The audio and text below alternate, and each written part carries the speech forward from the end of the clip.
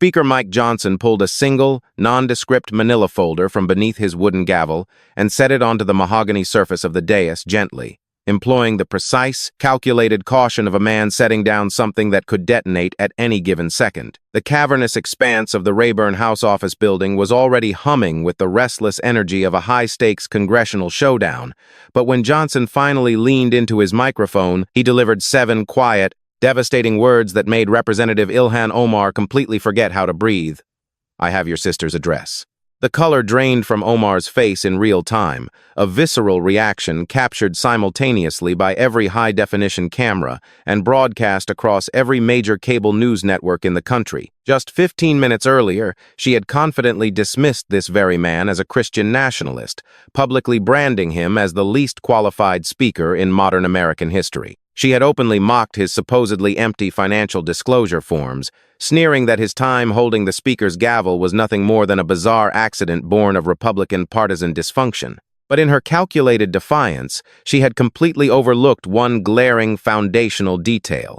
Mike Johnson had spent 20 years as a ruthless, meticulous constitutional litigator long before he ever picked up that congressional gavel. He did not merely argue for a living, he prosecuted, and on this particular Wednesday morning, the defendant was sitting squarely at the witness table. You are about to witness the clinical, systematic deconstruction of a sitting United States Congresswoman executed by a constitutional lawyer wielding the awesome power of the Speaker's gavel, armed with nothing more than publicly available records, federal campaign filings, and the United States Constitution.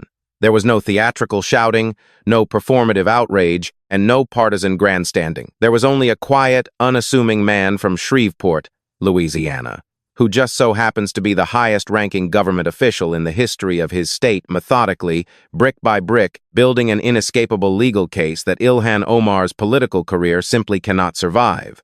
The House Oversight Committee hearing had officially convened at exactly 9:30 a.m. under the sterile, bureaucratic title of Federal Program Integrity and Congressional Financial Transparency, but every seasoned Beltway insider in Washington, D.C., knew exactly what the real, unspoken subject of the day was: Minnesota's catastrophic fraud crisis, the sprawling Feeding Our Future scandal, the rapidly expanding federal criminal investigations, and the sheer magnitude of billions in stolen taxpayer money had finally reached a critical mass where the most prominent elected official from the state's most heavily affected district could no longer evade sworn testimony. Representative Ilhan Omar had not been invited to this hearing. She had been forcefully subpoenaed as a witness, stripped of her usual committee member privileges, and compelled to testify under oath. Speaker Johnson's physical presence at this specific hearing was highly unusual, as speakers of the House almost never sit on standard oversight panels, but Johnson had deliberately announced his participation 3 days prior in a single-sentence statement that immediately set the political press corps on fire. He had declared that, as Speaker of the House and a constitutional attorney, he would participate in Wednesday's hearing to ensure that Article I oversight authority was exercised with the absolute thoroughness this grave matter demanded. The Washington media apparatus read between the lines instantly. Johnson was not attending to passively observe the proceedings. He was descending from the Speaker's chair to aggressively interrogate. Omar arrived in the committee room flanked by a high-priced legal counsel and 2 anxious legislative staffers, clutching a heavily vetted prepared statement. She wore a sharp navy blazer over her hijab, her facial expression locked into the hardened, controlled defiance that had become her absolute trademark across 7 tumultuous years in the United States Congress. She had survived the chaotic Trump years. She had survived her highly publicized removal from the Foreign Affairs Committee. She had survived multiple formal censure attempts, and she had survived primarily because she understood a fundamental truth about modern Washington that most of her fiercest critics fundamentally missed. If you strictly control the narrative frame, you inevitably control the political outcome.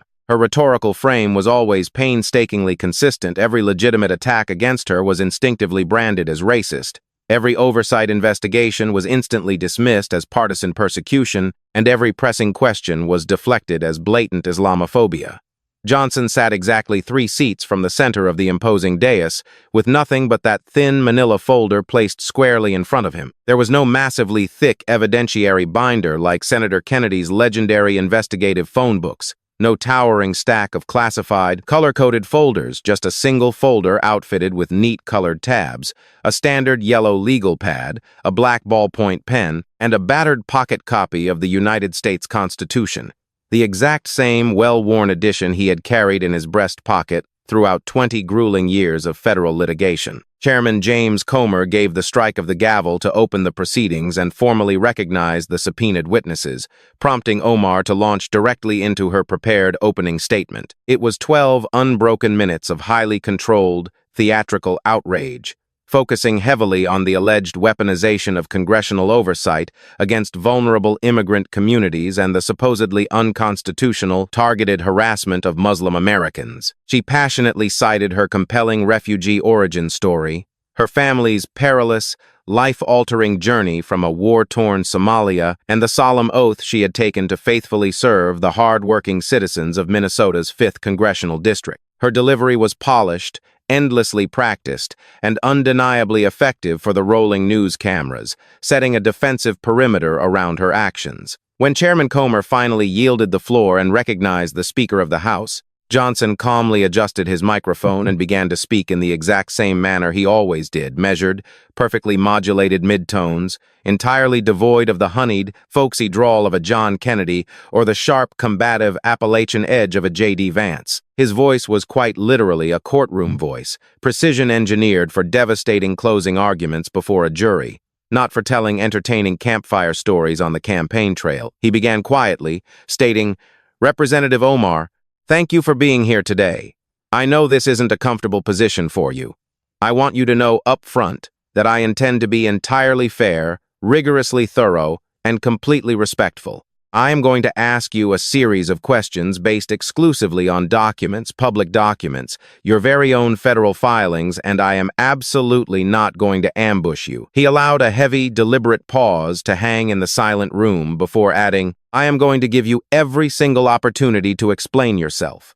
Omar's eyes immediately narrowed in sharp suspicion. She instantly recognized the chilling cadence of his delivery. She had spent more than enough time surrounded by high-powered attorneys to know perfectly well that when a seasoned litigator explicitly promises to be fair, the ensuing cross-examination is about to be nothing short of devastating. But she came equipped with her own aggressive counterplan. Leaning aggressively into the microphone before Johnson could even formulate his first actual question, she interrupted. "Speaker Johnson, before you begin your interrogation, I want the American people watching at home to truly understand exactly who is questioning me today." Johnson's pen abruptly stopped moving across his legal pad. He looked up, his expression unreadable, allowing her to proceed. "You are the sitting Speaker of the House, with virtually zero reported assets. Your official financial disclosure reports absolutely nothing above $1,000. You are, by your own sworn filings, the poorest speaker in modern American history," she stated, letting the deliberate insult settle over the hushed committee room. "You worked for the Alliance Defending Freedom, a deeply controversial organization that the Southern Poverty Law Center has officially designated as a hate group. You have spent your entire professional career aggressively fighting against the fundamental civil rights of LGBTQ Americans, and you were a primary architect of the dangerous, anti-democratic efforts to actively overturn the 2020 presidential election." She straightened her posture, her voice rising in moral indignation. "You are a Christian nationalist, Mr. Speaker, and this congressional hearing is nothing more than your personal, partisan inquisition." A low, sustained murmur of approval rippled through the Democratic side of the dais, while a progressive reporter seated in the press gallery began typing furiously to capture the viral moment. Omar's defensive staff exchanged highly satisfied, confident glances behind her. This was exactly the confrontational script they had meticulously rehearsed for days. Through it all, Johnson did not physically react, did not flinch, and did not interrupt. He simply wrote something down on his yellow legal pad, waited a full, agonizing 5 seconds after her microphone clicked off, and finally spoke. "Representative, you just willingly brought up my personal financial disclosure, and I actually appreciate that. Let's start exactly there, because I think it's actually the perfect place to begin this inquiry." He calmly flipped open the manila folder to the very first colored tab. "You are entirely correct. My official financial disclosure shows absolutely no personal assets above $1,000. I am the proud son of a Shreveport, Louisiana firefighter. My father, James Michael Johnson Sr., was critically and horrifically burned in 1984 when an industrial warehouse suddenly exploded. His partner tragically died in the blast. My father barely survived, but he was permanently, severely disabled, and he never worked a single day again. Johnson's voice did not waver for a fraction of a second, but a profound, undeniable gravity anchored his words, the specific, haunting weight of a man who has told this painful family history 100 times, but has never once gotten used to the trauma of it.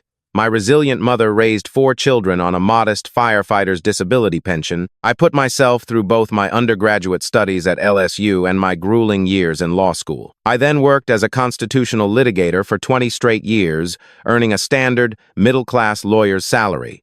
My wife, Kelly, was a dedicated public school teacher and later a pastoral counselor. We have 4 children, and we live in Benton, Louisiana, a quiet town of barely 2,000 people. He locked his gaze directly onto Omar's defiant face. You publicly called me the poorest speaker in modern history. That is completely accurate. I do not own a sprawling portfolio of lucrative stock. I do not own sprawling, multi-million-dollar investment properties. I do not have a shadowy, high-priced political consulting firm. I most certainly do not own a boutique California winery.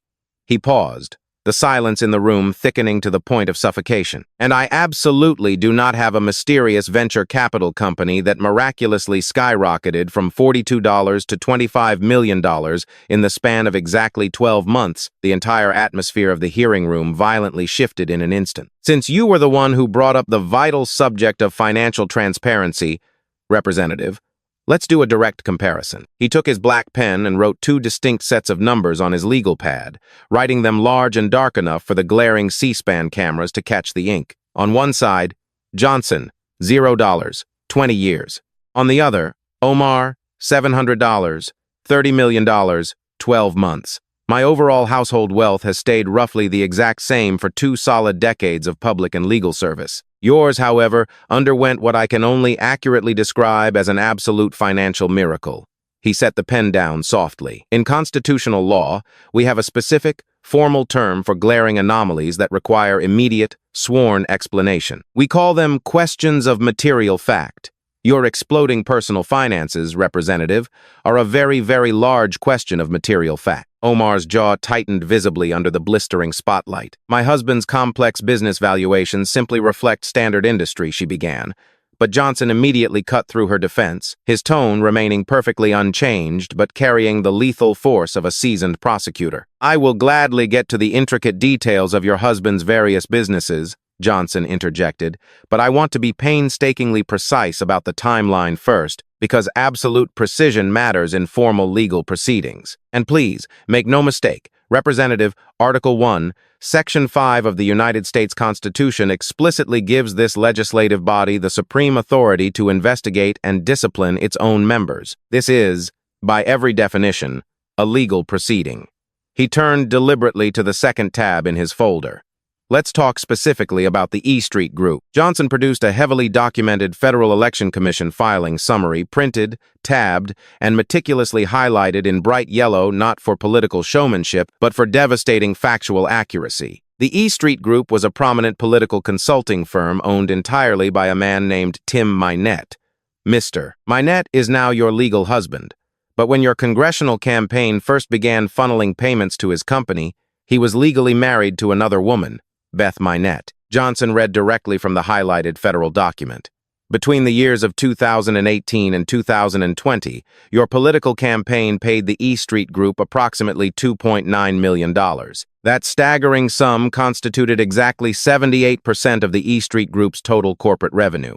He looked up, his eyes piercing through the heavy silence. 78%. Nearly 4 out of every $5, mister, Mynett's company ever earned came directly from your campaign coffers. Omar's high-priced legal counsel frantically whispered something into her ear. Omar merely shook her head in a tight, barely perceptible motion. In April of 2019, Beth Mynett formally filed for divorce. In her sworn court filing, which is a matter of permanent public record, she explicitly stated that her husband confessed he was, and I am quoting directly from the affidavit, romantically involved with and in love with another woman, Ilhan Omar. Johnson set the court document down with exquisite care, mimicking the exact, practiced motion of a litigator placing the murder weapon onto the evidence table before a spellbound jury. Now, here is exactly what the sworn FEC filings show happened next. Before this illicit affair became public knowledge, your campaign was already paying Mr. Mynett's firm significant, highly questionable sum. But after April 2019, after the romantic relationship was shockingly exposed to the public, the campaign payments exponentially accelerated. In the mere 8 months immediately following the exposure, your campaign dumped over $1 million into his firm. In the month of July 2020 alone, an astonishing 77% of your entire congressional campaign expenditure went directly into your romantic partner's private company. He folded his hands deliberately, resting them on the dais. Representative, in my 20 years of complex constitutional litigation, I argued before strict federal judges who demanded one essential thing above all else. Explain the pattern. The undeniable pattern here is that federal campaign payments to your romantic partner's private company massively increased immediately after your relationship was publicly exposed. That is not normal political consulting. Una toheltres, USC. Paragraph 3114. The personal use of federal campaign funds is a severe federal offense. Omar leaned aggressively forward, her voice tight with panic. Those payments were for strictly legitimate, essential campaign services, national travel, digital consulting, massive fundraising operations, all heavily documented, all entirely legal. The FEC fully cleared. Johnson interrupted her quietly, but with absolute finality. The FEC fiercely disagreed. Your campaign was formally ordered to drastically amend its filings, and that federal reprimand is a matter of unalterable public record. He methodically turned the page in his folder. But I do want to give you some credit, Representative. After the E Street Group began attracting far too much federal scrutiny, you strategically dissolved the arrangement. Mr. Mynett quietly shut it down. He paused, letting the silence ring in the ears of the gallery. And then, he abruptly started Rose Lake Capital. Johnson turned to the third tab, the hearing room now so intensely quiet that the mere friction of the paper moving sounded like a gunshot.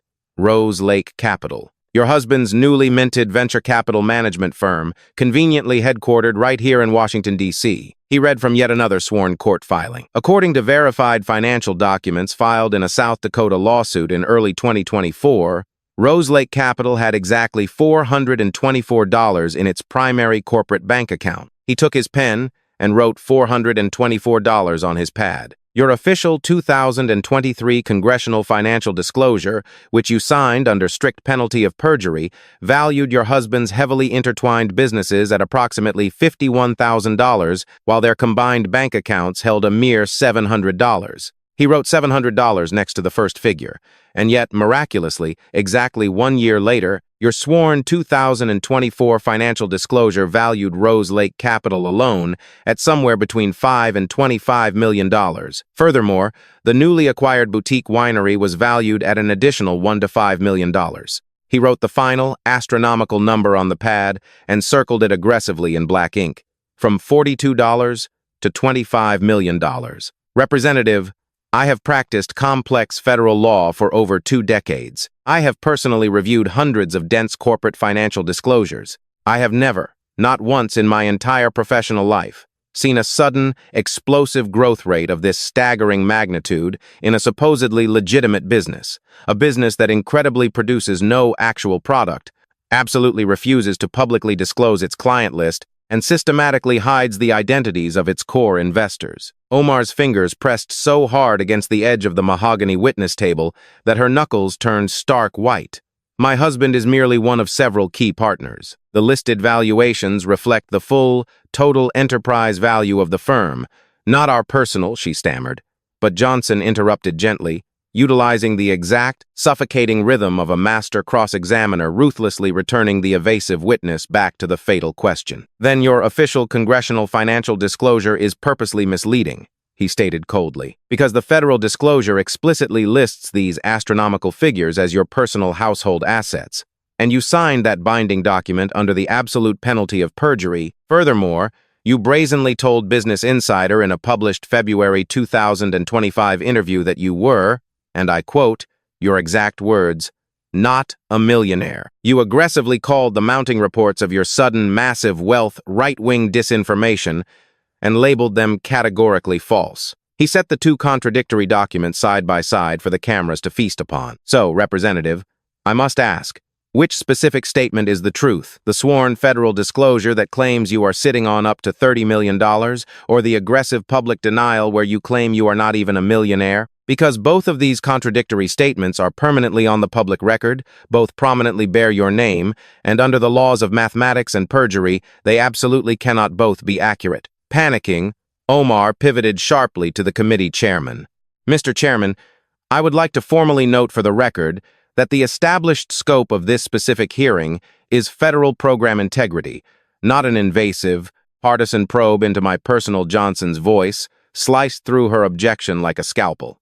Representative, he said, the precise scope of this hearing is congressional financial transparency. It is literally in the title of the hearing, and your personal finances are unequivocally the most opaque, contradictory, and untransparent that I have ever encountered in my entire tenure in the United States Congress, which directly brings me to a highly classified detail that I find particularly concerning for the safety of this nation.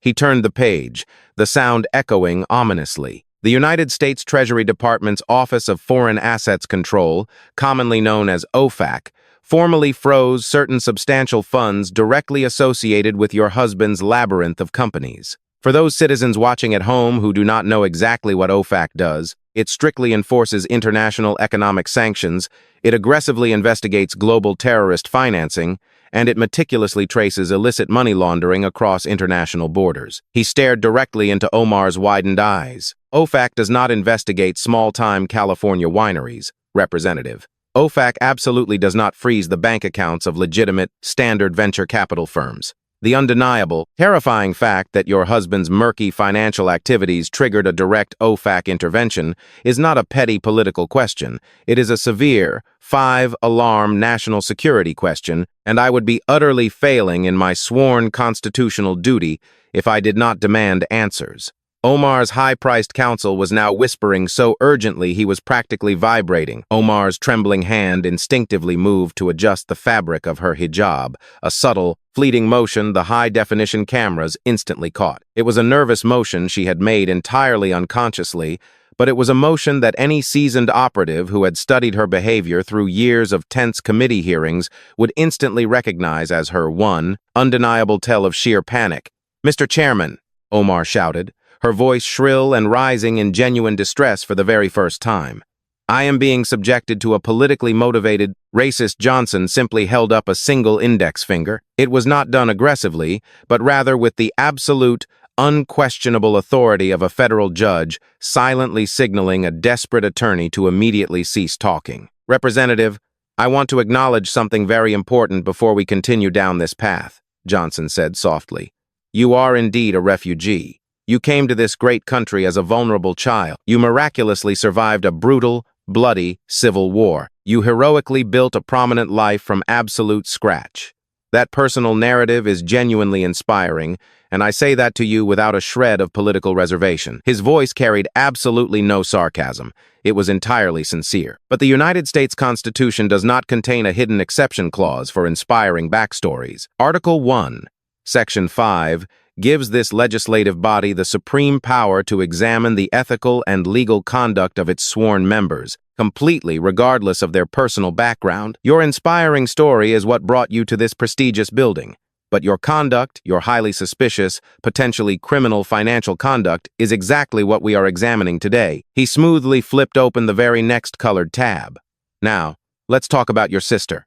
The words landed in the center of the silent hearing room like a dropped anvil. Omar's entire posture instantly collapsed, followed by a rigid stiffening in her shoulders and a terrified tightening around the corners of her eyes that every single trial lawyer in America instantly recognized. It was the unmistakable look of a guilty defendant who has just been asked the one fatal question they prayed to God would never see the light of day. Johnson produced a dense stack of corporate business incorporation records official, publicly available filings from the Minnesota Secretary of State, meticulously highlighted in glaring yellow.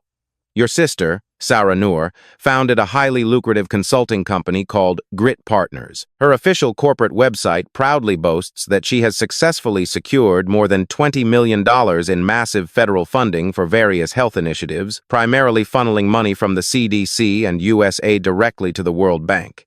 He set the document down heavily. Grit Partners was officially incorporated at a very specific residential address in Lakeville, Minnesota, 17626 Highview Way. He then placed a second, identically highlighted document right beside the first. That exact same residential address, 17626 Highview Way, appears prominently in the official business filings directly connected to multiple individuals who were recently convicted in the massive Feeding Our Future federal fraud case. The primary resident of that home, Ismahan Ahmed Afra, has extensively documented undeniable business ties to Hannah Marakeen, who just pleaded guilty to $7 million in wire fraud, and to Sarah Muhammad Noor, a different person from your sister who was recently sentenced to 51 months in federal prison for massive wire fraud and money laundering in direct connection with the Feeding Our Future syndicate. Johnson began mapping out the sprawling criminal connections right there on his legal pad. He didn't rely on a flashy digital graphic or a slick, staff-produced visual aid. He just used handwritten names and sharp arrows on a yellow pad, exactly the way a seasoned prosecutor diagrams a complex mafia syndicate for a captivated jury. 17 separate, fraudulent shell companies were officially registered at various addresses directly connected to this exact criminal network. The primary ringleader of this despicable operation, Amy Bach, was sentenced just last May to over 41 years in federal prison. The total confirmed amount of fraud, an unfathomable $250 million systematically stolen from federal child nutrition programs, taxpayer money that was explicitly allocated to feed hungry, desperate children. He looked dead at Omar, his eyes burning with an icy, controlled fury. Representative, I am not directly accusing your sister of orchestrating this fraud. The current public record does not definitively establish that. What the public record does undeniably establish, however, is that your sister actively chose to register her $20 million government-funded consulting business at the exact same residential address used by key figures convicted in the single largest pandemic fraud case in American history, and you, the most prominent, powerful elected official representing the specific congressional district, most devastated by this historic theft, have spent the last 3 entire years loudly condemning the FBI investigation as mere confusion and partisan. House. Omar scrambled to her feet, her composure entirely shattered. This is a baseless smear. This is guilt by address. My sister's business registration has absolutely nothing, she screamed, pointing an accusing finger. You are completely right, Johnson replied calmly, his voice easily cutting through her shouting. A residential address alone proves absolutely nothing. He let a full, agonizing beat pass, allowing her hollow defense to hang in the air. But an address intimately connected to 17 fraudulent shell companies, 3 convicted federal felons, and $250 million in stolen children's food money, while your sister's consulting company at that exact same address mysteriously claims $20 million in federal health funding, is absolutely not mere guilt by address, Representative. It is exactly what federal prosecutors formally call a nexus of concern. And in May of this very year, when this exact congressional committee legitimately attempted to subpoena the bank records to investigate these horrifying connections, the Democrats sitting on this very committee completely blocked the subpoena to protect you. He leaned forward slightly, resting his forearms on the dais. It was the very first time his physical posture had shifted from its absolute courtroom stillness. In 20 straight years of high-stakes litigation, Representative, I have never, ever seen an innocent person fight this hard to keep vital evidence hidden in the dark. Innocent people willingly produce documents. They eagerly open their accounting books. They look investigators in the eye and say, "Look, here is absolutely everything. I have absolutely nothing to hide." You, Representative, have done the exact opposite at every single conceivable turn. Johnson paused, allowing the weight of his accusation to settle. When he finally spoke again, his voice carried a different kind of weight. It was no longer the calculated tone of a lawyer. It was deeply, powerfully personal. My father was a firefighter. He bravely ran into a raging, burning warehouse in 1984 to save the lives of complete strangers. The building violently exploded. His beloved partner died right there in his arms. My father barely survived, but he was burned so horrifically that he never worked a day again in his life. He never earned a single dollar more than a meager disability pension. He never miraculously had mysterious millions of dollars appear in shadowy venture capital accounts. He never, ever needed the Federal Terrorism Task Force at OFAC to investigate his personal finances. He stared down at Omar, and for the first time in the entire proceeding, something raw and visible flashed behind his eyes. It wasn't unhinged anger. It was something far quieter and more lethal, the profound, steady disappointment of a righteous man whose father sacrificed absolutely everything and who now has to watch corrupt politicians take absolutely everything. My father would have been profoundly ashamed, genuinely, deeply, mortifyingly ashamed if anyone in his own family was even remotely connected to a physical address where vicious criminals actively stole money meant to feed starving children. Not because of the partisan politics, Representative, but because innocent children desperately needed those warm meals, and someone in that house took them. Johnson methodically turned to the next colored tab in his folder. The room had not even begun to recover from the brutal previous round.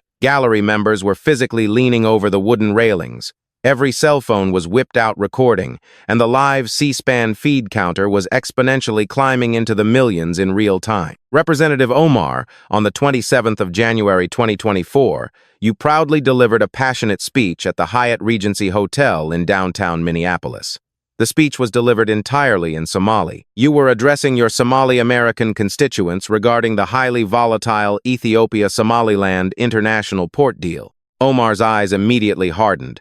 She knew exactly what treacherous constitutional territory they were entering. There have been intense, ongoing disputes about the precise translation of that specific speech, Johnson noted smoothly. Your congressional office has aggressively called certain right-wing translations wildly inaccurate.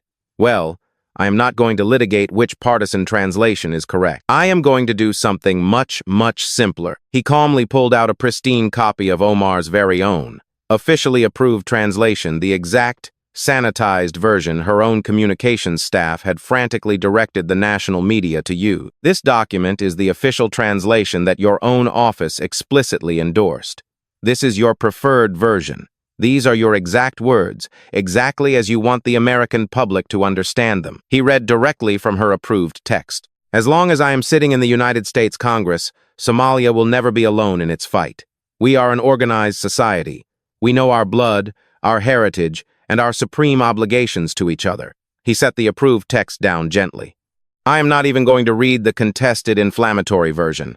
I don't need to, because even in your heavily sanitized translation, Representative, you proudly stood before a cheering audience of foreign nationals and explicitly promised them that you would leverage your immense power and position inside the United States Congress to aggressively protect Somalia's territorial interests in a dangerous geopolitical dispute with Ethiopia. He then reached deep into his breast pocket and slowly pulled out the small, battered pocket Constitution-worn, dog-eared, and barely held together by decades of relentless use. Let me read you 2 solemn oaths, he said, his voice dropping to a near whisper that somehow amplified the tension in the room.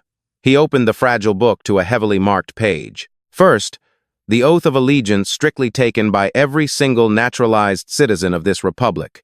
I hereby declare, on oath, that I absolutely and entirely renounce and abjure all allegiance and fidelity to any foreign prince, potentate, state, or sovereignty. He then turned to the next marked, highlighted page, and now, the sacred congressional oath of office, I do solemnly swear that I will support and defend the Constitution of the United States against all enemies, foreign and domestic, and that I will bear true faith and allegiance to the same. He snapped the small book closed, the sound cracking like a whip. You swore under oath to absolutely renounce all allegiance to foreign states. Then, you turned around and explicitly promised a foreign audience that you would aggressively protect a foreign nation's geopolitical interests from the inside of our own government. He leaned into the microphone. Those 2 statements, Representative, are in direct, irreconcilable constitutional conflict. Omar utterly erupted. She was completely on her feet, slamming one hand violently onto the wooden table, the other pointing a shaking, accusatory finger directly at Johnson's face. This entire hearing is a racist sham. You are a dangerous Christian nationalist conducting a partisan inquisition. This is exactly what a fascist theocracy looks like in America. You sit up there, waving your little pocket constitution around, while you brutally persecute a Muslim woman simply for caring about the suffering country she was born in. Johnson did not flinch. He did not raise his hand to stop her. He did not bang the wooden gavel to restore order. He simply sat there, utterly motionless, and let her scream until she completely ran out of breath, which took nearly a full, excruciating minute of unhinged television. When the furious echo of her voice finally faded into the mahogany walls, the massive room was so utterly, terrifyingly quiet that the low hum of the building's ventilation system was the only audible sound. Then, Johnson spoke, his voice quiet, steady, and devastating, without even bothering to stand up. "Representative, you just angrily called me a Christian nationalist. Let me be clear. I am a Christian, and I have never once hidden that fact, and I am a staunch constitutionalist, and I have never hidden that fact either." He folded his hands precisely. But a Christian nationalist conducting a medieval inquisition? An inquisition does not patiently give you 15 uninterrupted minutes to viciously attack the inquisitor before he asks a single question. An inquisition does not kindly provide you with high-priced legal counsel sitting at your elbow, and a secret inquisition certainly does not broadcast live on C-SPAN for 330 million Americans to judge the facts in real time. He picked up the battered Constitution once more. "What I am conducting today is a lawful, constitutional hearing under Article 1. It operates with strict rules, with verifiable evidence, with binding documents that you personally signed, and with your own approved translations of your own public speeches. The sheer, terrifying fact that you do not even recognize basic due process when you are finally on the receiving end of it, Representative. That is undoubtedly the most profoundly troubling thing you have said here today." Paralyzed by the crushing, inescapable weight of Speaker Mike Johnson's relentless, fact-driven constitutional prosecution, Representative Ilhan Omar finally did the unthinkable. She entirely abandoned her meticulously vetted 12-page defense statement, deliberately left her phone and legal papers sitting on the mahogany witness table, and walked out of the eerily silent hearing room with the hollow, mechanical gait of a devastated defendant who had just heard a guilty verdict.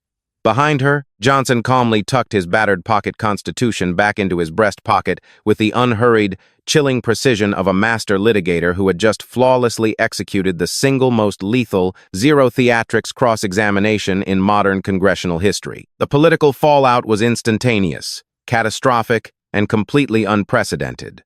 As the devastating "I have your sister's address" clip exploded to an astonishing 60 million views in mere hours, Omar's carefully constructed narrative shield shattered entirely. Her standard boilerplate claims of partisan persecution fell on deaf ears, primarily because Johnson had relied exclusively on her own signed federal filings and ironclad public records. Within days, her district approval ratings violently cratered, while Democratic power players like Nancy Pelosi subtly delivered her political death sentence under the guise of basic accountability, and even the fiercely loyal squad retreated into robotic, heavily sanitized PR statements that intentionally ignored the glaring financial evidence. Smelling blood in the water, the institutional machinery of Washington aggressively accelerated, unleashing a crushing, inescapable swarm of federal investigations from the DOJ, OFAC, the FEC, and the House Ethics Committee that systematically vaporized her political capital and lucrative speaking engagement. But just as the Beltway media began to comfortably accept her slow, agonizing political suffocation, the American justice system triggered one final, earth-shattering shockwave. Late Tuesday night, long after the cable news anchors had signed off, a highly classified federal docket was quietly unsealed in a Minnesota courthouse, officially authorizing a sweeping, multi-agency raid based on explosive, newly acquired international wire transfer data, and the heavily redacted primary target on that midnight search warrant definitively proves that this terrifying constitutional crisis isn't over. It has only just begun.